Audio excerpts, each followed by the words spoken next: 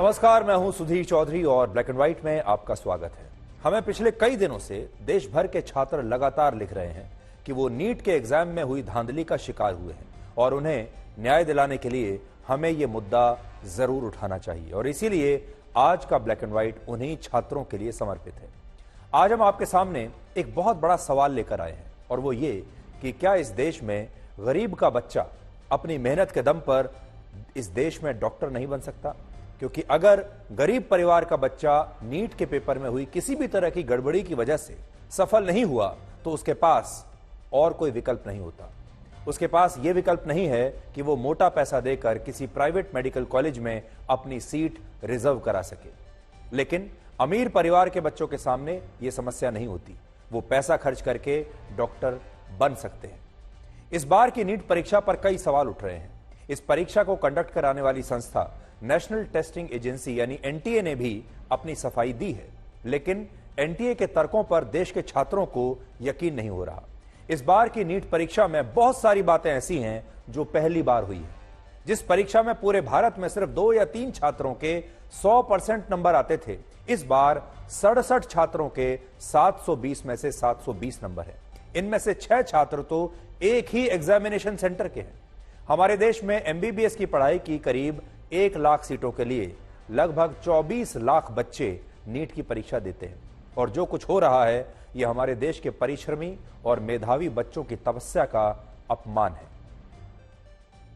आज सबसे पहले हम आपको यह बताएंगे कि क्या हमारे देश में अब गरीब परिवारों के बच्चे डॉक्टर नहीं बन सकते और हमारे देश में बेईमानी को बड़ा मुद्दा अब भी क्यों नहीं माना जाता। असल में अगर किसी परीक्षा में बेईमानी हो जाए तो यह उस देश के बच्चों का सबसे बड़ा अपमान है। उनकी मेहनत का, उनके परिश्रम का कितना बड़ा अपमान है। जो वो तपस्या करते हैं उसका कितना बड़ा अपमान है। और जो लोग परीक्षा में धांधली करते हैं ये अपराध नहीं है, ये एक पाप है। आज हमारे देश में 4 जून को आए लोकसभा चुनावों के नतीजों का हर कोई विश्लेषण कर रहा है। सब आपको ये बता रहे हैं कि सरकार में क्या हुआ, चुनाव में क्या हुआ, किसका वोट शेयर बढ़ा, किसका कम हुआ। लेकिन क्या आपको पता है, इसी 4 जून को जब देश में चुनावों के नतीजे आए थे, उसी दिन मेडिकल कॉलेजों में दाखिले के लिए होने वाली नीट परीक्षा के भी नतीजे आए थे, जिसने लाखों छात्रों का इस देश की व्यवस्था के ऊपर से भरोसा उठा दिया। और इन नतीजों में हमारे मेहनती और ईमानदार छात्र बुरी तरह से हार गए। इस समय देश में लाखों छात्र और उनके माता पिता नीट की परीक्षा के नतीजों को रद्द कराने की मांग कर रहे हैं और इसलिए आज हम इस खबर का एक ब्लैक एंड व्हाइट विश्लेषण आपके लिए करेंगे और आपको बताएंगे कि हमारी शिक्षा व्यवस्था में इतने सारे लीकेज क्यों हो रहे हैं, ये जो मांग उठ रही है इसमें कितनी सच्चाई है और इसका क्या इलाज हो सकता है। हालांकि अब यह मामला सुप्रीम कोर्ट में पहुंच गया है, सुप्रीम कोर्ट ने इसका संज्ञान ले लिया है, इसलिए बहुत ज्यादा टिप्पणी करना हमारे लिए भी ठीक नहीं होगा। लेकिन जो कुछ हो चुका है उसके बारे में हम आपको जरूर बताएंगे। तो सबसे पहले आपको सुप्रीम कोर्ट के बारे में ही बताते हैं। आज सुप्रीम कोर्ट ने इस मामले में नेशनल टेस्टिंग एजेंसी यानी एनटीए को एक नोटिस जारी करके उन सभी आरोपों पर एक विस्तृत जवाब मांगा है जिनमें परीक्षा के आयोजन, उसकी प्रक्रिया और परीक्षा के नतीजों पर गंभीर सवाल उठाए गए हैं। सुप्रीम कोर्ट का कहना है कि अगर इस परीक्षा की विश्वसनीयता पर सवाल उठे हैं तो इन सवालों का जवाब अवश्य ढूंढा जाना चाहिए। लेकिन इसके साथ ही काउंसलिंग की प्रक्रिया भी जारी रहेगी। इसलिए बड़ी बात यह है कि जो काउंसलिंग की प्रक्रिया है उस पर सुप्रीम कोर्ट ने रोक नहीं लगाई है, वो जारी रहेगी। इसका मतलब यह है कि इस परीक्षा में पास होने वाले छात्र मेडिकल कॉलेजों में दाखिले के लिए, पंजीकरण के लिए, दस्तावेजों का सत्यापन कराने के लिए और सीटों के आवंटन और बाकी विकल्पों के लिए आगे की प्रक्रिया को जारी रख सकते हैं। यानी जो पूरा जो प्रोसेस होता है आपके एडमिशन का वो जारी रहेगा, वो रुकेगा नहीं। जो बच्चे पास हो चुके हैं उनको आगे एडमिशन का जो उनकी प्रक्रिया होती है वो जारी रहेगी। हालांकि बहुत सारे छात्र सुप्रीम कोर्ट के इस फैसले से नाराज हैं और उनका कहना है कि जब परीक्षा का रिजल्ट ही गलत है तो उसके आधार पर कॉलेज में दाखिले की प्रक्रिया को आगे बढ़ाना अनुचित होगा। ये उचित कैसे हो सकता है और इसे छात्र स्वीकार नहीं करेंगे। यह मामला इतना गंभीर है कि इससे 23 लाख से ज्यादा छात्रों का भविष्य जुड़ा हुआ है। इसलिए बड़ी बात यह है कि इस मुद्दे से 23 लाख छात्र, या ये समझ लीजिए हमारे देश के 23 लाख परिवार, उनका भविष्य जुड़ा हुआ है। क्योंकि जब किसी भी परिवार का कोई बच्चा नीट जैसी परीक्षा में कोशिश करता है, बैठता है उस परीक्षा में, तो पूरा परिवार तपस्या करता है, मेहनत पूरे परिवार की होती है, पैसे से भी और एफर्ट्स के साथ भी, कोशिशों के साथ भी। और इस बार कुल मिलाकर 23,33,000 छात्रों ने नीट यूजी यानी national eligibility cum entrance test की यह परीक्षा दी है। जो छात्र 12वीं कक्षा के बाद एमबीबीएस, बीडीएस और पशु चिकित्सा की पढ़ाई करना चाहते हैं, उनके लिए इस परीक्षा को पास करना अनिवार्य होता है। जो इस परीक्षा को पास करता है, आगे मेडिकल कॉलेज में उसी को एडमिशन मिलता है और यह कॉमन एंट्रेंस एग्जाम होता है। परीक्षा में पास होने वाले छात्रों को उनकी ऑल इंडिया रैंक के मुताबिक देश भर के मेडिकल कॉलेजों में दाखिला मिलता है और इनमें भी सरकारी मेडिकल कॉलेजों में दाखिले के लिए लाखों छात्रों के बीच संघर्ष होता है। तो सबसे ज्यादा मुश्किल है सरकारी मेडिकल कॉलेज में दाखिला पाना, और जो अच्छे सरकारी मेडिकल कॉलेज हैं उनमें उन्हीं छात्रों को दाखिला मिलता है जो मेरिट में बिल्कुल टॉप पर आते हैं। देश भर के सरकारी मेडिकल कॉलेजों में एमबीबीएस की सिर्फ 56,000 सीटें हैं। ये आप याद कर लीजिए आंकड़ा, सिर्फ 56,000 सीटें हैं। और प्राइवेट मेडिकल कॉलेजों में 51,000 सीटें हैं, जबकि इस बार परीक्षा देने वाले छात्रों की संख्या ही लगभग 24 लाख है। तो ये 1 लाख सीट जो है लगभग, इनके लिए 24 लाख छात्र संघर्ष करेंगे, जिनमें से 23 लाख नाकाम हो जाएंगे। और यही वजह है कि इस परीक्षा में लगे धांधली के आरोपों ने लाखों छात्रों को चिंतित कर दिया है, लाखों छात्रों को हतोत्साहित कर दिया है, उनका दिल तोड़ दिया है। क्योंकि ये जो छात्र हैं कितने वर्षों से लगातार दिन रात परिश्रम कर रहे हैं। कितने छात्र ऐसे हैं जिन्होंने अपने घरों से बाहर निकलना छोड़ दिया है, एक कमरे में बंद होकर दिन में 10, 12, 15 घंटे तक पढ़ाई कर रहे हैं। अपने आप को पूरी दुनिया से उन्होंने काट लिया है। और कई वर्षों तक ऐसी तपस्या करने के बाद जब आपको यह पता चले कि परीक्षा में बेईमानी हो गई है और कोई बेईमान छात्र आपको पीछे छोड़कर आगे निकल गया है, तो सोचिए ऐसे छात्रों पर क्या बीतेगी। इनमें से भी सबसे ज्यादा चिंतित वो छात्र हैं जो गरीब परिवारों से हैं या फिर निम्न आय वर्ग से आते हैं, और ये वो छात्र हैं जो प्राइवेट कॉलेजों में लाखों रुपया देकर या करोड़ों रुपया देकर डॉक्टर बनने की सीट खरीद नहीं सकते। इनके पास एक ही रास्ता है, वही आखिरी रास्ता है, और वो रास्ता यह है कि नीट की परीक्षा में ये मेरिट में बहुत ऊपर आए और अपने मेरिट के आधार पर किसी सरकारी मेडिकल कॉलेज में इन्हें एडमिशन मिल जाए। अगर ये मेरिट में नीचे आते हैं तो प्राइवेट मेडिकल कॉलेज में जाना पड़ेगा, वहां मोटी फीस देनी पड़ेगी जो करोड़ों में होगी, और इस प्रकार से फिर ये डॉक्टर बन ही नहीं पाएंगे। तो इनके पास एक ही रास्ता है, और वो है इनकी प्रतिभा का रास्ता, इनके परिश्रम का रास्ता। लेकिन कोई है जो इनकी प्रतिभा और परिश्रम के रास्ते को बीच में से काट रहा है। इन गरीब और मेधावी छात्रों का सिर्फ एक ही प्रयास होता है कि इन्हें एम्स या फिर उसके जैसे दूसरे बड़े सरकारी मेडिकल कॉलेज में दाखिला मिल जाए, और यह तभी संभव है जब इन छात्रों की इस नीट यूजी की परीक्षा में टॉप रैंक आए। लेकिन इस बार के नतीजों ने कई तरह के संदेह और शक पैदा कर दिए हैं।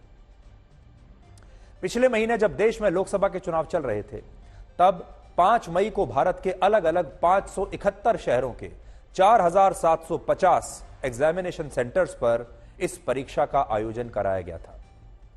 इस परीक्षा के नतीजे 14 जून को आने वाले थे, लेकिन नेशनल टेस्टिंग एजेंसी ने 10 दिन पहले ही यानी 4 जून को ही इस परीक्षा के नतीजे घोषित कर दिए। और जिस दिन, ये वही दिन है जिस दिन लोकसभा चुनावों के नतीजे भी आए थे। तो एक तरफ लोकसभा चुनाव के नतीजे आ रहे थे, नेताओं का भविष्य तय हो रहा था, और दूसरी तरफ लाखों छात्र जो हैं हमारे देश के, उनका भविष्य भी उसी दिन तय हो रहा था। छात्रों का आरोप है कि एजेंसी ने ऐसा परीक्षा में हुई धांधली को छिपाने के लिए किया, लेकिन एजेंसी का कहना है कि उसने समय से पहले इसलिए ये नतीजे घोषित किए क्योंकि वो चाहती थी कि इस बार दाखिले की प्रक्रिया समय से पूरी हो सके। लेकिन छात्रों का कहना है कि वो एक बार के लिए एनटीए की इस दलील को मानने के लिए तैयार भी है, लेकिन वो इस बात पर कैसे भरोसा करें कि इस बार की परीक्षा में 67 छात्रों को परफेक्ट स्कोर मिला है। परफेक्ट स्कोर का मतलब है कि 67 छात्रों के 720 में से 720 नंबर आए हैं, यानी 100% नंबर आए हैं, और यह भी पहली बार हुआ है। अब देखिए, 67 बच्चों के 100 में से 100 नंबर आ गए, लेकिन पहले भी क्या ऐसा ही होता था? बिल्कुल नहीं। वर्ष 2020 में 2 छात्र, 2021 में 3 छात्र, 2022 में 4 छात्र और वर्ष 2023 में सिर्फ 2 छात्रों के 720 में से 720 अंक आए थे। यानी सिर्फ 2 छात्रों ने पिछली साल 100% अंक हासिल किए थे। पिछली बार 2 ने किए और इस बार 67। इस बार कुछ ऐसा हुआ कि 67 छात्रों को इस परीक्षा में परफेक्ट स्कोर मिल गया और यहीं से इस परीक्षा को लेकर सवाल उठने शुरू हो गए। यह विवाद तब और बढ़ गया जब यह पता चला कि इस परीक्षा में पहली रैंक लाने वाले ज्यादातर छात्रों के परीक्षा हॉल में रोल नंबर आसपास थे। उदाहरण के लिए आप हरियाणा के झज्जर जिले में परीक्षा देने वाले इन छात्रों के ये रोल नंबर देखिए। 6 छात्रों के रोल नंबर ये देखिए जो मैं आपको स्क्रीन पर दिखा रहा हूं, जिनमें 10 डिजिट में से शुरुआत के 7 डिजिट्स सेम है और इन सभी छात्रों ने टॉप किया है और 4 छात्रों की इनमें से पहली रैंक आई है। छात्रों का कहना है कि अगर एक ही परीक्षा हॉल में आसपास बैठे छात्रों की पहली रैंक आई है तो इसमें जरूर कोई धांधली हुई है, लेकिन नेशनल टेस्टिंग एजेंसी ने इन आरोपों से पूरी तरह इनकार किया है। तो हमारा फर्ज है कि हम यह भी बताएं कि एजेंसी जो है एनटीए क्या कह रही है, उसका पक्ष क्या है। एनटीए का कहना है कि यह केवल एक इत्तेफाक है और जिस एग्जामिनेशन सेंटर से ये 6 टॉपर निकले हैं उस सेंटर का एवरेज रिजल्ट देश के बाकी सेंटर्स के रिजल्ट से पहले से ही ज्यादा है। तो देखिए कितना अजीब सा इत्तेफाक है।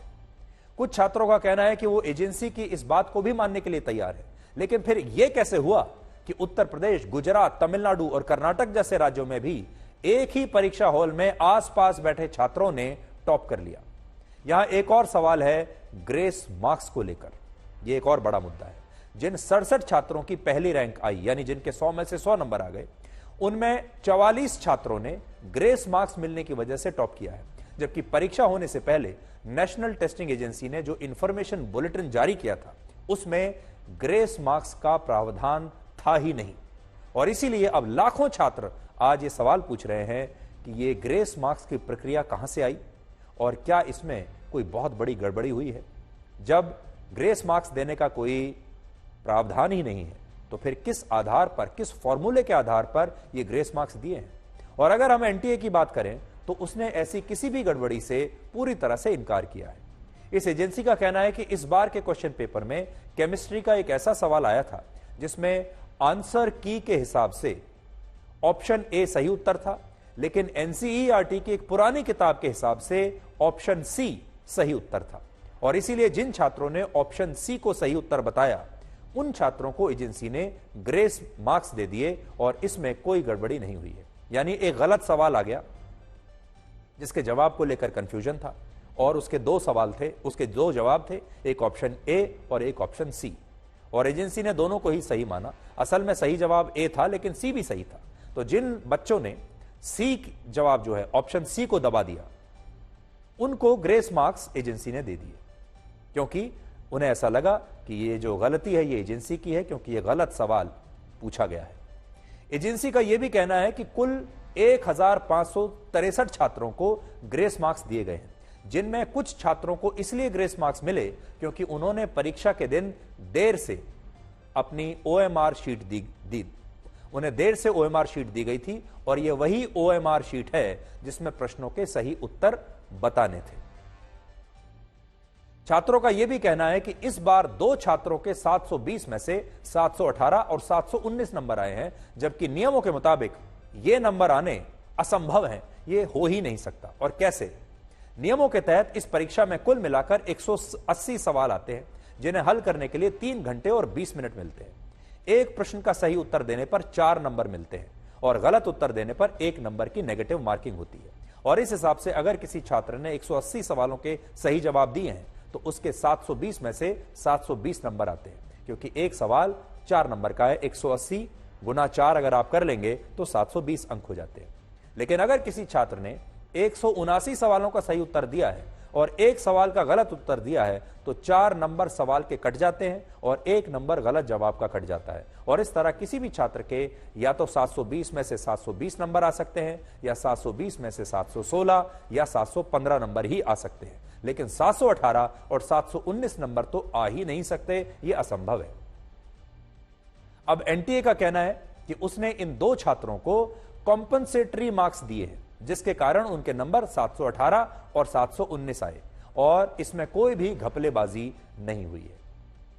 तो ये कॉम्पनसेटरी मार्क्स ऐसे छात्रों को दिए गए जिन्हें परीक्षा देने के लिए कम समय मिला था या जिन्हें देर से क्वेश्चन पेपर मिला था, और इसी वजह से इस बार 500 से ज्यादा छात्रों के 720 में से 700 से ज्यादा नंबर आ गए। हालांकि एनटीए के पास इस सवाल का जवाब नहीं है कि उसने किस छात्र को कितने ग्रेस मार्क्स दिए और इस पूरी प्रक्रिया को पारदर्शी क्यों नहीं रखा गया। यह सवाल इसलिए भी उठा क्योंकि कुछ छात्र ऐसे हैं जिन्हें देर से क्वेश्चन पेपर मिला, लेकिन एजेंसी की तरफ से उन्हें इसके बदले में ग्रेस मार्क्स नहीं दिए गए। यानी देर से क्वेश्चन पेपर पाने वाले कुछ छात्रों को तो ग्रेस मार्क्स मिले और कुछ को नहीं मिले। और इनमें राजस्थान की भी एक छात्रा है जिसने इसके खिलाफ राजस्थान हाईकोर्ट में अब याचिका दायर की है। इस छात्रा का नाम है तनुजा और उसका कहना है कि अगर ग्रेस मार्क्स देने का आधार देर से क्वेश्चन पेपर देना था तो फिर उसे ये ग्रेस मार्क्स क्यों नहीं मिले। हालांकि एनटीए का कहना है कि उसने सभी परीक्षा केंद्रों पर सीसीटीवी फुटेज की जांच की है और उसे कहीं से भी कोई गड़बड़ी नहीं मिली और इस परीक्षा को लेकर जो भी सवाल उठ रहे हैं वो सही नहीं है। लेकिन हकीकत में एक तथ्य यह भी है कि इस परीक्षा के आयोजित होने से पहले बिहार में इसका क्वेश्चन पेपर लीक होने के आरोप लगे थे। अब यह आपको शायद नहीं पता होगा, 5 मई को पटना में दर्ज हुई एक एफआईआर के मुताबिक इस परीक्षा का क्वेश्चन पेपर पहले से ही लीक हो गया था। उस समय बिहार पुलिस को ऐसी खबरें मिली थी कि कुछ छात्रों ने इस परीक्षा का क्वेश्चन पेपर खरीद कर लीक कर दिया है, जिसके बाद पुलिस ने कुल 4 लोगों को गिरफ्तार किया, जिनमें एक छात्र भी शामिल था जो ये एग्जाम देने वाला था, और इस छात्र का नाम है आयुष राज। और आज मैं अपने साथ उसी एफआईआर की एक कॉपी भी लेकर आया हूं जिसमें बताया गया है कि जब पुलिस ने आयुष नाम के इस छात्र से पूछताछ की तो उसने यह बताया कि परीक्षा से एक दिन पहले कुछ लोग उसके पास आए थे और उन्होंने उसे और कुछ और छात्रों को क्वेश्चन पेपर दिखाकर उन्हें इसके सारे जवाब रटने के लिए कहा था। और इस छात्र का कहना है कि परीक्षा में जो भी सवाल आए, जो भी प्रश्न आए, वो लीक हुए प्रश्न पेपर से हूबहू मिलते थे। बिहार पुलिस का कहना है कि 5 मई को उसने इन सभी लोगों को गिरफ्तार करने के बाद बिहार में कई जगहों पर रेड मारी, जिसमें उसे जांच के दौरान जले हुए क्वेश्चन पेपर के कुछ टुकड़े मिले और दावा है कि ये टुकड़े उसी पेपर के थे जो क्वेश्चन पेपर 5 मई को नीट यूजी की परीक्षा में आया था। इसके बाद बिहार पुलिस की आर्थिक अपराध शाखा ने एनटीए से असली क्वेश्चन पेपर देने के लिए कहा ताकि उसे जले हुए पेपर के टुकड़ों से मिलाकर उसकी फॉरेंसिक जांच कराई जा सके और यह पता लगाया जा सके कि क्या यह क्वेश्चन पेपर लीक हुआ था या नहीं। यह पता कैसे चलेगा? जो जले हुए क्वेश्चन पेपर के टुकड़े उन्हें मिले, अगर वो असली क्वेश्चन पेपर से मेल खाते हैं तो साफ हो जाएगा कि यह वही क्वेश्चन पेपर है। लेकिन ऐसा बताया जा रहा है कि अब तक एनटीए ने बिहार पुलिस को असली क्वेश्चन पेपर की कॉपी नहीं दी है, जिससे यह जांच अभी बीच में रुकी हुई है। आज हमारा सवाल एनटीए से है कि अगर यह बात सही है तो उन्होंने असली क्वेश्चन पेपर की कॉपी बिहार पुलिस को अभी तक क्यों नहीं दी है। इसलिए सारे के सारे जो सवाल आ रहे हैं वो एनटीए की तरफ आ रहे हैं। एनटीए ने जवाब तो भले ही दिए हैं, लेकिन वो सारे जवाब ऐसे हैं कि कहीं तो इत्तेफाक हो जाता है, कहीं ग्रेस मार्क्स दे दिए जाते हैं, कहीं कोई और नई पेचीदगी उसमें डाल दी जाती है, और ग्रेस मार्क्स देने का कोई आधार सेट नहीं है, किसको मिले हैं यह भी नहीं पता है। इस परीक्षा को रद्द कराने के लिए देश भर में छात्रों के विरोध प्रदर्शन हो रहे हैं और छात्रों का कहना है कि वो एनटीए की मनमानी को अब स्वीकार नहीं करेंगे।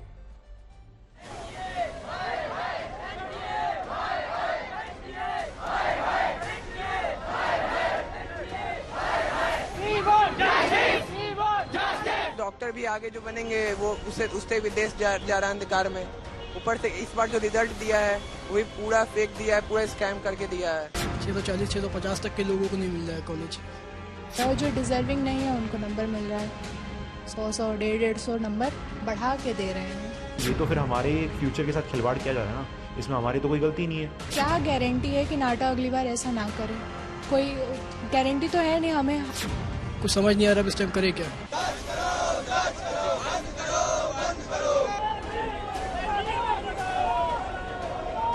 इसके हिसाब से रैंक आता है 667 मार्क्स है।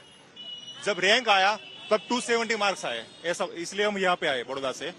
और अभी ये बोल रहे हैं कि आपकी असली ओएमआर सीट ये है, आप जो लाए हो वो नकली है, फेक करके लाए हो। 650 कम मार्क्स नहीं होता है। क्वेश्चन देखे एनटीए, फिजिक्स का क्वेश्चन, हम पढ़े लिखे गार्जियन हैं, फिजिक्स का क्वेश्चन एनटीए देखे, उसका स्टैंडर्ड क्या है। एनटीए को लग रहा है कि सिर्फ बच्चे एग्जाम दे रहे हैं, नहीं, उसके मम्मी पापा भाई बहन सारे लोग लगे होते हैं एक साल कि रिजल्ट आएगा और हमारा एडमिशन होगा। जब सही रिजल्ट आया और सही एडमिशन हमको नहीं मिल रहा है तो हम कहाँ जाएं, किससे मांगे? एनटीए वाले के बच्चे नहीं है क्या? मैं एज ए मदर जो फील कर पा रही हूँ, मैं समझ सकती हूँ, और भी बच्चों की माएँ जो होंगी वो ये सोच रही होंगी हमारा बच्चा पढ़ने गया। और इंटेलिजेंट बच्चे, मैं उन बच्चों की बात नहीं कर रही हूँ जो नॉर्मल एवरेजेस है, मैं अच्छे बच्चे जो 2-2, 3-3 साल से इस कोटा नगरी में आकर मेहनत कर रहे हैं, अपना रैंक लेकर आए हैं, सब कुछ है, लेकिन उनकी रैंक में इतना फ्लक्चुएशन एनटीए ने किया जो कि अनएक्सपेक्टेबल है। हमें समझ ही नहीं आ रहा है सब कैसे हुआ है। जो एनटीए ने इस बार बिना किसी बेसिस के ग्रेस नंबर अलॉट किया, पिछली हिस्ट्री में कभी नहीं दिया था, इस बार पहली बार ग्रेस नंबर दे रहे हैं। इन दोनों ही चीजों से क्या हुआ है कि जो average score, average cut off है, वो इस बार बहुत ऊपर चला गया है, जो कि नॉर्मल नहीं है। 640 नंबर पे 2021 में बच्चे की 6000 ऑल इंडिया रैंक आती थी, 640 बहुत अच्छा स्कोर था। अगले वर्ष 7000 आई, वो भी अच्छी है। 10,000 आई, चलो वो भी ठीक है, कंपटीशन बढ़ा। इस वर्ष उसी स्कोर 640 पे 40,000 रैंक आ रही है। 10,000 से 40,000, अचानक से 30,000 बच्चे इतना पढ़ने लग गए, मुश्किल है। बिहार में पटना से, शास्त्री नगर से, तो 5 मई को अरुण कुमार जी ने एक सफेद डस्टर से 3 लोगों को पकड़ा था जिन्होंने कुछ एडमिट कार्ड जब्त हुए थे, और उस एडमिट कार्ड के बेसिस पे उन्होंने एक डीएवी पब्लिक स्कूल में जाके एक अभ्यर्थी को पकड़ा जो पेपर दे रहे थे, आयुष राज नाम के। और आयुष राज से जब बुला के बाहर पूछताछ की तो उन्होंने कहा कि पिछली रात हमें एक स्कूल में रोका गया था और पेपर देके रटवाया गया था, और जब हम एग्जामिनेशन हॉल में आए तो 100% सेम पेपर मिला था। ये सारी चीजें उनकी एफआईआर में मेंशन्ड है।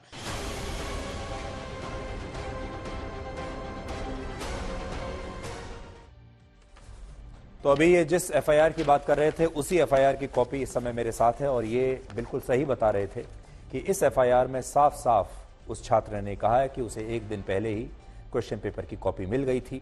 उसके अलावा और भी कई छात्र थे जिन्हें ये कॉपी क्वेश्चन पेपर की मिल गई थी, और उनसे कहा गया था कि यही सवाल हैं जो कल परीक्षा में आएंगे और आप इनके जवाब अच्छी तरह से रट लीजिए। अब आप खुद सोचिए, जब ये बच्चा जो बिना मेहनत के, अपनी काबिलियत के बिना क्वेश्चन पेपर लीक कराकर मेडिकल कॉलेज में एडमिशन लेगा, उसके बाद डॉक्टर बन जाएगा, और डॉक्टर बनने के बाद वापस किसी अस्पताल में ये आप ही का इलाज करेगा, आप में से किसी का भी इलाज कर सकता है, आपके परिवार में से किसी का इलाज करेगा, तब क्या होगा? और अगर हर अस्पताल में ऐसे डॉक्टर आपको मिलने लगे, हर जगह जहां जाइएगा हमें पाइएगा, अगर हर जगह ऐसे डॉक्टर को आप पाने लगे तो फिर इस देश का क्या होगा? इस देश में जो प्रतिभाशाली बच्चे हैं उनका क्या होगा? अभी आपने देखा माता पिता रो रहे थे, ऐसा लग रहा था कि बच्चे नहीं माता पिता फेल हो गए, क्योंकि जब इस तरह का कोई परीक्षा घर का बच्चा देता है तो पूरा परिवार मेहनत करता है, पूरा परिवार परिश्रम करता है, पूरा परिवार 1 साल के लिए 2 साल के लिए टीवी देखना बंद कर देता है, पूरा परिवार बाहर जाना बंद कर देता है, ना किसी शादी में जाएंगे, ना ब्याह में जाएंगे, किसी पार्टी में नहीं जाएंगे, कभी कोई फिल्म नहीं देखेंगे, कोई मैच नहीं देखेंगे, दोस्तों को अपने घर नहीं बुलाएंगे, किसी के घर नहीं जाएंगे। यानी ये जो पूरा की पूरा परिवार होता है ये समाज से कट जाता है, और उस बच्चे के साथ पूरा परिवार मेहनत करता है, पूरा परिवार जो है परिश्रम करता है, ये पूरे परिवार की तपस्या होती है।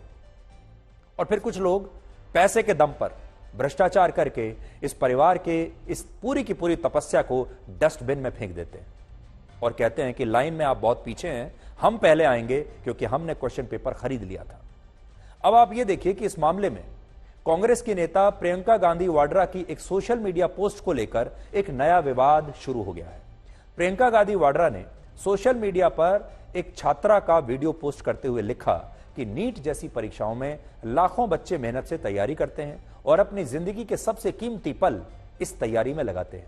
पूरा परिवार इस प्रयास में अपनी श्रद्धा और शक्ति डालता है, लेकिन साल दर साल इन परीक्षाओं में पेपर लीक और रिजल्ट से जुड़ी गड़बड़ियां सामने आई हैं। तो उन्होंने ऐसा एक सोशल मीडिया पोस्ट लिखा और उन्होंने बड़ी बड़ी बातें की। असल में होता यह है कि जब इस तरह की कोई समस्या होती है तो हम उसका हल ढूंढने की बजाय हमारे देश के नेता उसका राजनीतिकरण कर देते हैं, और अब खास तौर पर विपक्ष के नेताओं ने इस पूरे मुद्दे को उठा दिया है और इसे अपना मुद्दा बना लिया है। आज हम यही कहना चाहेंगे, यह राजनीति का विषय नहीं है। विपक्ष के नेताओं को इस पर राजनीति करने की आवश्यकता नहीं है, बल्कि बच्चों को न्याय मिलना चाहिए, और यह नॉन पॉलिटिकल मामला है। प्रियंका गांधी वाड्रा ने ये सारी बातें जिस लड़की के वीडियो के आधार पर लिखी, वो वायरल वीडियो आयुषी पटेल नाम की एक छात्रा का है और इस छात्रा के इस वीडियो को प्रियंका गांधी वाड्रा ने पोस्ट कर दिया। इस वीडियो में यह छात्रा दावा कर रही हैं कि 5 जून को एनटीए की तरफ से उस छात्रा को एक ईमेल आया जिसमें यह लिखा था कि इस छात्रा की आंसर शीट फटी हुई थी, जिसकी वजह से इसका रिजल्ट जारी नहीं हुआ है। और बाद में इस छात्रा के आग्रह पर एनटीए ने फैक्स के जरिए इस छात्रा की फटी हुई आंसर शीट की तस्वीर भी उसे भेजी और जिसे उसने अपने इस वीडियो में दिखाया भी है। लेकिन एनटीए ने इस वायरल वीडियो को गलत और भ्रामक बताया है और कहा है कि उसने कभी भी किसी भी छात्र को ईमेल या फैक्स के जरिए उसकी आंसर शीट नहीं भेजी है और यह वीडियो गलत है। तो पहले मैं आपको वो वीडियो भी हम आपको बताएंगे, लेकिन उससे पहले आपको पढ़कर बताता हूं कि एनटीए ने इस मुद्दे पर आज क्या कहा है। देखिए, regarding the viral video featuring miss Ayushi Patel claiming discrepancies in NEET UG 2024 exam scoring and receiving of the TON OMR answer sheet, NTA clarifies that no TON OMR answer sheet was sent via an official ID। तो उन्होंने बिल्कुल खंडन किया है इस बात का और कहा है कि इस बच्ची के जो नंबर हैं वो बहुत कम आए हैं, 300 कुछ इसके नंबर हैं और जो ये वीडियो में दावा कर रही है वो सारे दावे गलत हैं और एनटीए कभी भी किसी भी छात्र को इस तरह का मेल भेजता ही नहीं है और ना ही उसकी आंसर शीट को कभी मेल से भेजेगा। ये हमारे देश के जो बाकी छात्र हैं जिन्होंने इस तरह के एग्जाम दिए हैं वो भी इस बात को मानेंगे कि एनटीए जैसी संस्था किसी छात्र को मेल करके या किसी भी प्रकार से उसकी आंसर शीट कभी भेजेगी नहीं। अब आप इस वीडियो को देखिए जिसमें यह छात्रा यह दावा कर रही है कि एनटीए ने उसे उसकी फटी हुई आंसर शीट वाकई में भेजी थी। मैंने इस बार का नीट 2024 में एग्ज़ाम दिया था और मेरे साथ इस बार बहुत बड़ा स्कैम हुआ है। ये मेरा एडमिट कार्ड है। नीट का रिज़ल्ट जिस दिन आया 4 जून को, उस दिन मेरा रिज़ल्ट नहीं खुल रहा था। मेरे बार बार स्क्रीन पे दिखाया जा रहा था कि your result is not generated. लेकिन उसके 1 घंटे बाद मेरे पास एनटीए की तरफ से ईमेल आता है कि your result can not be generated, क्योंकि मेरा रिज़ल्ट जनरेट नहीं हो सकता क्योंकि उनको मेरी OMR टॉर्न और डैमेज्ड मिली है। इतना सुनने के बाद में मैं और मेरी फैमिली पूरा शॉक में चले गए। हमने एनटीए को उन्हीं के मेल पे दोबारा रिप्लाई मेल भेजा और हमने एक फैक्स फाइल करा कि अगर बच्चे का OMR फटा है तो आप उसको प्लीज़ फटा हुआ OMR ही, उसको कम से कम उसका OMR तो दिखाया जाए। तो ये तो हमारा सक्सेसफुली रजिस्टर हो गया और मुझे 24 आवर्स के अंदर मेरा OMR मुझे मिल गया, जो कि बिल्कुल टॉर्न कंडीशन में था। इस तरीके से एनटीए ने मेरे मेल पे ये मेरा OMR भेजा, बिल्कुल टॉर्न कंडीशन में। इसको बारकोड को उन्होंने बिल्कुल ऐसा दिखाई दे रहा है जैसे जानबूझ के फाड़ा हुआ हो। ये फटा हुआ OMR मेरे स्क्रीन पे आया और ये मेल भेजा था जिससे पता चल रहा है ये मेल आया था मेरे पास में। इसमें सारे बबल्स जैसे कि आप देख सकते हैं, ये सारे बबल्स क्लियरली विजिबल हैं। अगर आप इस क्लियरली विजिबल हैं सारे बबल्स, एक एक बबल विजिबल है। इसको जब हमने मैनुअली चेक किया तो हमको पता चला कि 715 ही आ रहा है। मेरा नीट का स्कोर भी यही था जो मैंने एनटीए की फाइनल आंसर की से चेक किया था। मैंने किसी क्वेश्चन पे कोई चैलेंज नहीं किया, यही मेरा फाइनल स्कोर था। बबल दिखाई दे रहा है, एक एक साफ साफ पूरा बबल, इसको कोई भी चेक कर सकता है। तो ये जो छात्रा है इसके बारे में और भी कई कहानियां हैं और जब हमारे देश में कोविड चल रहा था तब इसी छात्रा का एक और वीडियो सोशल मीडिया पर बड़ा वायरल हुआ था। इसी छात्रा ने उस समय यह दावा किया था कि इस छात्रा को कोविड-19 का इलाज मिल गया है। उस समय इस छात्रा ने यह दावा किया था और तब भी इसने इसी तरह का वीडियो सोशल मीडिया पर डाला था। वो वीडियो मैं निकालने की कोशिश कर रहा हूं, अगर वो वीडियो मुझे मिल जाएगा तो मैं आपको दिखाता हूं। देखिए, हमारे देश में जब कोविड चल रहा था उस समय भी इस छात्रा ने एक बहुत बड़ा दावा किया था जो बाद में गलत निकला था। ये वीडियो हमने सोशल मीडिया से ही उठाया है और ये 3 साल पुराना वीडियो है जब इसी छात्रा ने यह कहा था कि मैंने कोविड-19 का इलाज ढूंढ लिया है और मैंने उस पर शोध किया है और वो इलाज मुझे मिल गया है। अब 3 साल के बाद वही छात्रा ये कह रही है कि इस छात्रा का रिजल्ट रोक लिया गया, इसका रिजल्ट नहीं आया। और इसलिए रिजल्ट नहीं आया क्योंकि एनटीए ये कह रही है कि इस छात्रा की जो मार्कशीट, जो इसकी आंसर शीट थी वो फटी हुई थी और इस कारण से इसका रिजल्ट नहीं आया। और एनटीए ने बाकायदा इसे मेल करके उस मार्कशीट की कॉपी और उसकी तस्वीरें इसे भेजी हैं कि ये आपकी मार्कशीट है, आप देख लीजिए। और एनटीए ने इससे बिल्कुल इनकार किया है, खंडन किया है इस बात का। अब इसी छात्रा की तरह हमारे देश में और भी कई छात्राओं की, और भी कई छात्रों की ये कहानियां सोशल मीडिया पर वायरल हो रही हैं। बहुत सारे छात्र अपनी अपनी कहानियां बनाकर, वीडियो बनाकर सोशल मीडिया पर डाल रहे हैं। और जिसमें से एक कहानी है भोपाल की निशिता सोनी की। उनका दावा है कि इस छात्रा के 720 में से 340 नंबर आए थे, लेकिन जब उसने अपनी असली आंसर शीट से कुल नंबर्स का मिलान किया तो उसका स्कोर 720 में से 640 निकला। इसी तरह एक और कहानी अंजलि पटेल नाम की छात्रा के नाम से चल रही है, जिसमें दावा किया जा रहा है कि यह छात्रा 12वीं कक्षा में फिजिक्स और केमिस्ट्री के सब्जेक्ट में फेल हो गई थी, लेकिन नीट की परीक्षा में इसने टॉप किया है और इसके 720 में से 705 अंक आए हैं। और ऐसी और न जाने कितनी कहानियां इस समय सोशल मीडिया पर वायरल है, लेकिन इनमें से कई कहानियों की अभी तक कोई पुष्टि नहीं हुई है। लेकिन हमें यह जरूर पता चला कि बहुत सारे छात्र अब इन शिकायतों को लेकर अदालतों में जा रहे हैं और अलग अलग राज्यों की हाई कोर्ट में छात्रों की तरफ से एक नहीं बहुत सारी याचिकाएं दायर हो रही हैं। अब आप यह देखिए कि छात्रों को नेशनल टेस्टिंग एजेंसी पर विश्वास क्यों नहीं, और हमारे देश में नीट की परीक्षा को लेकर हर बार विवाद क्यों होता है। नीट की परीक्षा एक साल में सिर्फ एक बार होती है और पिछले 6 वर्षों में 4 बार इस परीक्षा का क्वेश्चन पेपर लीक होने के आरोप लग चुके हैं। इनमें वर्ष 2018 में सीबीआई ने 3 लोगों को गिरफ्तार किया था, फिर वर्ष 2021 के एक मामले में 8 लोगों को गिरफ्तार किया था और पिछले 8 वर्षों में 100 से ज्यादा लोग गिरफ्तार हुए हैं जिन पर नीट का क्वेश्चन पेपर लीक कराने और फर्जी अभ्यर्थियों से परीक्षा दिलवाने और परीक्षाओं में छात्रों को नकल कराने के आरोप लगे हैं। और यही वजह है कि इन सारी घटनाओं की वजह से नेशनल टेस्टिंग एजेंसी की विश्वसनीयता पर अब हमारे देश में जो है लगातार सवाल उठ रहे हैं, जबकि यह कोई बहुत पुरानी एजेंसी भी नहीं है। इस एजेंसी की स्थापना 6.5 वर्ष पहले नवंबर 2017 में हुई थी और इस एजेंसी ने पहली नीट की परीक्षा का आयोजन पहली बार 5 वर्ष पहले 2019 में किया था।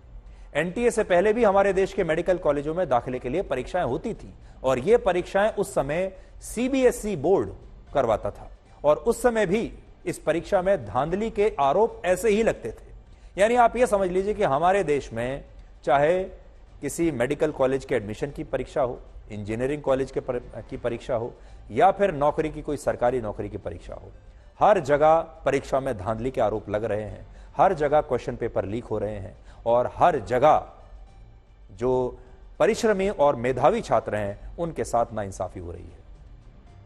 अब देखिए, नीट की परीक्षा आने से पहले जब हमारे देश में all India pre medical test होता था, यह थोड़ा पुरानी बात है, तो 2015 में इसका क्वेश्चन पेपर लीक हुआ था और तब यह परीक्षा दोबारा से कराई गई थी और उस समय सीबीएसई बोर्ड को लेकर भी कई सवाल उठे और यह भी कहा गया कि सीबीएसई बोर्ड इन परीक्षाओं को कराने के लिए सक्षम नहीं है। और इसी के बाद मोदी सरकार ने नेशनल टेस्टिंग एजेंसी बनाई, एक अलग एजेंसी बना दी और अब इस एजेंसी को लेकर भी सवाल उठ रहे हैं। और यहां बात सिर्फ मोदी सरकार की नहीं है, नीट जैसी परीक्षाओं में धांधली यूपीए की सरकार में भी होती थी और वर्ष 2006 के एक मामले में सीबीआई को जांच सौंपनी पड़ी थी, तब सीबीआई से जांच करानी पड़ी, जिससे पता चलता है कि हमारी सरकारों में, चाहे सरकार किसी की भी हो, परीक्षा के तरीके बदल कर देख लिए, इन परीक्षाओं की एजेंसी बदल कर देख ली, लेकिन इसके बावजूद ना तो लीकेज रुकी और ना ही नतीजे बदले, अब भी वैसा ही सब हो रहा है। इसका सबसे बड़ा कारण यह है कि हमारे देश में ऐसी तमाम परीक्षाएं ऑफलाइन होती हैं और ऑफलाइन परीक्षाओं में धांधली की संभावना ज्यादा होती है, क्योंकि ऐसी परीक्षाओं में क्वेश्चन पेपर को पूरे देश में अलग अलग शहरों में भेजा जाता है और अगर इस पूरी कड़ी में एक भी व्यक्ति बीच में बेईमान निकल आए तो इस परीक्षा का क्वेश्चन पेपर आसानी से लीक हो जाता है। हालांकि इस बार धांधली के जो आरोप लग रहे हैं उन्हें नेशनल टेस्टिंग एजेंसी के चेयरमैन सुबोध कुमार सिंह ने खुद मीडिया के सामने आकर गलत बताया है। जो 1563 बच्चों का हमने वो किया, तो इनके जो मार्क्स रिवाइज होके भी कई बच्चों के मार्क्स जैसे नेगेटिव में थे तो नेगेटिव से नेगेटिव में ही रहे, -20 रहे, और कुछ बच्चों के मतलब टॉपर साइड में आ गए। और इनका जो 1563 का है उसमें से 790 बच्चे क्वालिफाई किए। 790 बच्चे मतलब उनका जो परसेंटेज है 50.54% है। जबकि जो टोटल जो 23,33,000 बच्चे अपियर हुए थे उसमें से 13,16,000 बच्चे क्वालिफाई किए, उनका परसेंटेज 56% है। तो कहने का मतलब जो जिनको कंपनसेशन किया गया है उससे ओवरऑल क्वालिफाइंग क्राइटेरिया में या किसी में फर्क नहीं पड़ा। इस पूरे विश्लेषण के बाद आज हम आपके सामने एक बड़ा सवाल लेकर आए हैं, और वो ये है कि क्या हमारे देश में किसी गरीब परिवार का बच्चा अपनी मेहनत के दम पर, अपनी प्रतिभा के दम पर भारत में डॉक्टर नहीं बन सकता? क्योंकि अगर गरीब परिवार का बच्चा नीट के पेपर में हुई किसी भी तरह की धांधली की वजह से सफल नहीं हुआ तो उसके पास यह विकल्प नहीं होता कि वो मोटा पैसा देकर किसी प्राइवेट मेडिकल कॉलेज में अपनी सीट रिजर्व करा सके। लेकिन अमीर और सक्षम परिवारों के बच्चों के सामने यह समस्या नहीं है। वो आज भी इस विकल्प के साथ चलते हैं कि अगर उनका एडमिशन, उनका जो नतीजा है वो थोड़ा नीचे आता है तो वो किसी भी प्राइवेट कॉलेज में पैसा देकर अपनी सीट ले सकते हैं। सरकारी मेडिकल कॉलेजों में एमबीबीएस की 5 साल की पढ़ाई का खर्च सिर्फ 1 से 5 लाख रुपए होता है, और प्राइवेट मेडिकल कॉलेजों में 5 साल का यही खर्च न्यूनतम 50 लाख से 3 करोड़ रुपए के बीच में होता है। और इसीलिए सोचिए, अगर इन परीक्षाओं में धांधली होती है तो गरीब परिवारों के बच्चे कहां जाएंगे, और हमारे देश में गरीब परिवारों के बच्चे डॉक्टर कैसे बनेंगे? गरीब परिवार का जो बच्चा होता है वो 50 लाख रुपए से लेकर 3 करोड़ रुपए के बीच में आखिर कहां से लाएगा? इसलिए बड़ा मुद्दा यह है, आज हम ये कहना चाहते हैं कि इस पूरे मामले की जांच होनी चाहिए। हालांकि ये मामला सुप्रीम कोर्ट में पहुंच गया है, अलग अलग हाई कोर्ट्स में पहुंच गया है, सुप्रीम कोर्ट इसकी सुनवाई कर रहा है और हमें पूरा यकीन है कि सुप्रीम कोर्ट जो भी करेगा ठीक करेगा। लेकिन हम आज ये जरूर कहना चाहते हैं कि इस मामले की जांच जरूर होनी चाहिए, और एनटीए से नहीं बल्कि इस मामले की जांच किसी तीसरी एजेंसी से कराई जानी चाहिए, एक्सटर्नल एजेंसी से। क्योंकि अगर एनटीए ने कोई गड़बड़ी की है और वो ही खुद जांच भी करेगा, उसे अपनी सफाई देने के बार बार मौके भी मिलेंगे, तो वो अपनी गलती को क्यों मानेगा? वो तो अपनी गलती को ढकने की कोशिश करेगा। इसलिए किसी तीसरी एजेंसी से इसकी जांच कराई जानी चाहिए। और एक बड़ी समस्या अगर आप देखें तो हमारे देश में पेपर लीक अब एक बहुत बड़ी समस्या बन गया है। चाहे सरकारी नौकरी हो और चाहे कॉलेज में एडमिशन हो, हर जगह पेपर लीक हो रहे हैं। हर जगह किसी दूसरे व्यक्ति को पैसा देकर पेपर लिखने के लिए बैठाया जा रहा है। यह भी हमारे देश में एक बहुत बड़ी समस्या बन गई है। बहुत बड़े बड़े हमारे देश में ऐसे रैकेट्स चल रहे हैं जो उन बच्चों के जरिए, उन बच्चों के बदले में दूसरे लोगों को एग्जाम देने के लिए, लिखने के लिए बैठा देते हैं, और फिर जो बच्चे हैं वो घर बैठे पास हो जाते हैं। ये सब कुछ पैसा देकर होता है। और अगर हमें यह पता चला एक एक बच्चे के लिए इस तरह के जो रैकेट जो चल रहे हैं, एक एक बच्चे के 50 से 60 लाख रुपए वो ले रहे हैं नीट के पेपर में पास कराने का, तो देखिए ये भ्रष्टाचार का कितना बड़ा जरिया बन गया है। लेकिन उससे भी बड़ी बात यह है कि हम अपने देश की पूरी एक पीढ़ी को खराब कर रहे हैं। हम अपने देश के भविष्य को खराब कर रहे हैं। हमारे देश में ये जो बच्चे हैं, जो प्रतिभाशाली, प्रतिभा से भरे हुए बच्चे हैं, जिनके अंदर इतनी ऊर्जा है, उन बच्चों का इस उम्र में हम दिल तोड़ रहे हैं। उनका हमारी व्यवस्था पर विश्वास उठ जाएगा, सरकार पर विश्वास उठ जाएगा, इन परीक्षाओं से विश्वास उठ जाएगा। और सोचिए जब ये बच्चे बड़े होकर इस देश के नागरिक बनेंगे तो ये क्या करेंगे।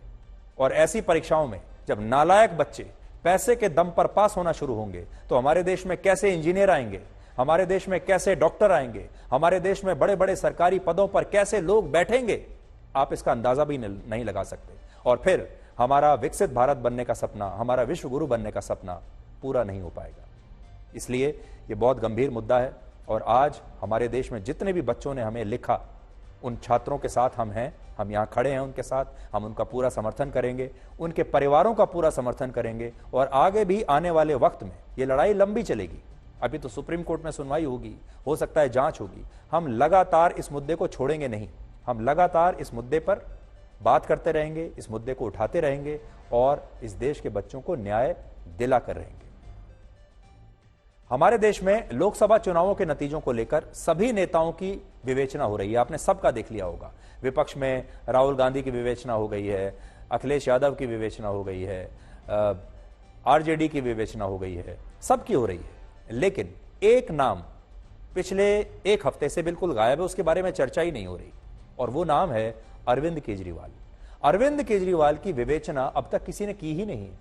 लेकिन आज हम आपको यह बताना चाहते हैं कि इस बार देश के लोगों ने अरविंद केजरीवाल को जेल भेजने का जवाब वोट से क्यों नहीं दिया। लेकिन उससे पहले आप अरविंद केजरीवाल का एक बयान सुन लीजिए, जिसमें उन्होंने कहा था कि इस बार इंडिया गठबंधन दिल्ली की सभी 7 सीटों पर चुनाव जीतेगा और नरेंद्र मोदी इस बार चुनाव हार कर गुजरात वापस लौट जाएंगे। मुझसे अगर आप 2 महीने पहले मेरी अरेस्ट के पहले पूछती कि कितनी सीट आ रही है तो मैं कहता शायद 1-2 आ जाए, लेकिन आज मुझे लगता है कि 7 सीटें बीजेपी हारेगी।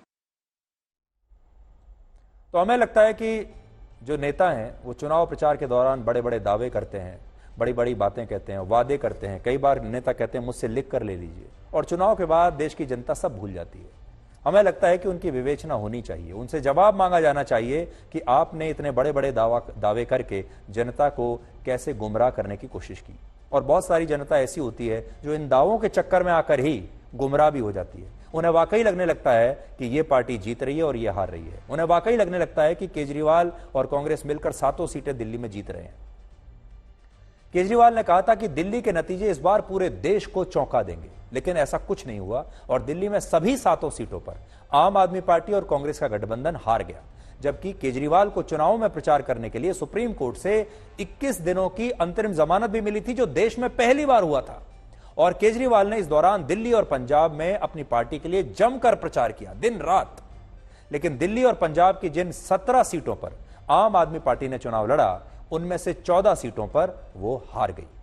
पूरे देश में आम आदमी पार्टी ने कुल 22 सीटों पर चुनाव लड़ा और इनमें आम आदमी पार्टी पंजाब में सिर्फ 3 सीटों पर जीत पाई और उसका जीत का स्ट्राइक रेट सिर्फ 13.63% रहा।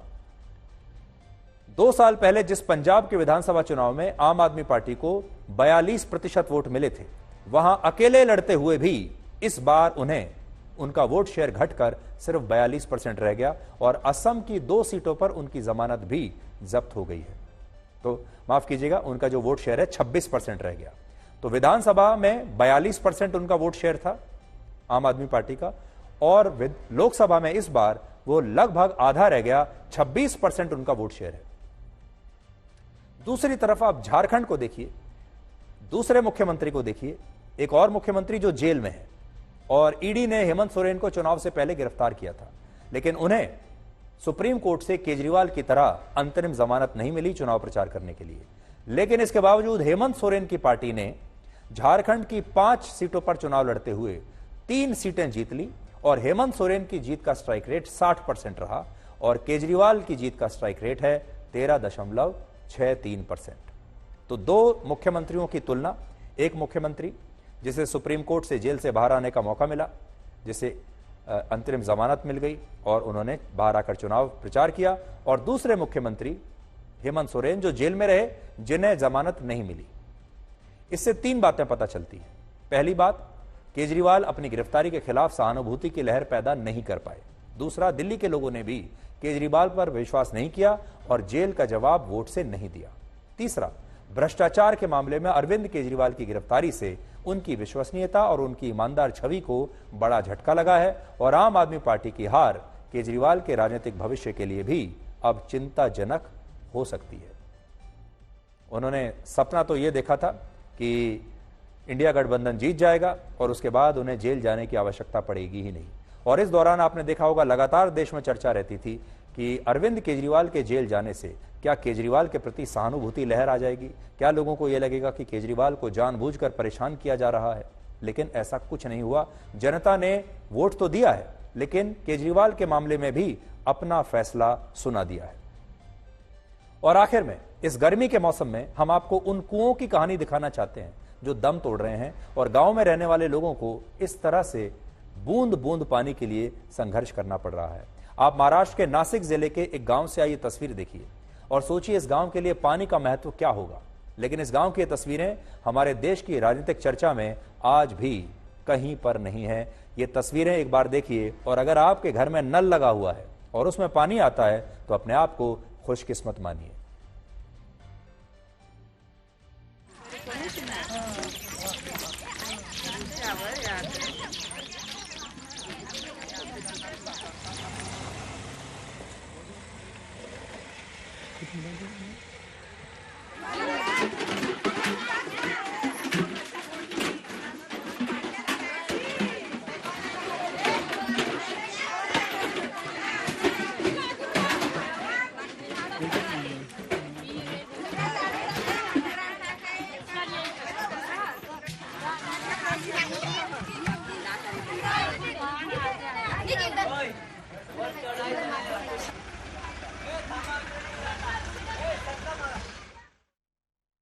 देखिए, हमारे देश का दुर्भाग्य ये, हम कहते तो हैं कि हमारे देश में लोकतंत्र है और जनता के हाथ में बड़ी ताकत है और वोट की ताकत कितनी बड़ी होती है, लेकिन इनको आप देखते रहिए और सोचिए, इन गरीब लोगों के पास हर 5 साल में उनका विधायक और उनका सांसद जाता है, नेता जाते हैं, इनसे इनका वोट ले लिया जाता है। हर 5 साल में इनसे वादा किया जाता है कि इस बार आपकी पानी की समस्या को दूर कर दिया जाएगा, लेकिन इनकी पानी की समस्या कभी दूर नहीं होती। इनके जीवन का ये जो संघर्ष है ये कभी खत्म नहीं होता, और इनके नाम पर, इनके वोट लेने के बाद हमारे देश के नेता बड़े बड़े बंगलों में रहते हैं, स्विमिंग पूल वाले बंगले ले लेते हैं, और इन लोगों की वोट से ये अपने देश के उन नेताओं को इतने ऊंचे पदों पर पहुंचा देते हैं जहां इनके नेता एक शावर के नीचे खड़े होकर आधा घंटा शावर लेते होंगे, और उन्हें जरा भी एहसास नहीं होता होगा कि जब वो शावर के नीचे आधे घंटे तक पानी का आनंद ले रहे हैं, जब वो स्विमिंग पूल वाले घर में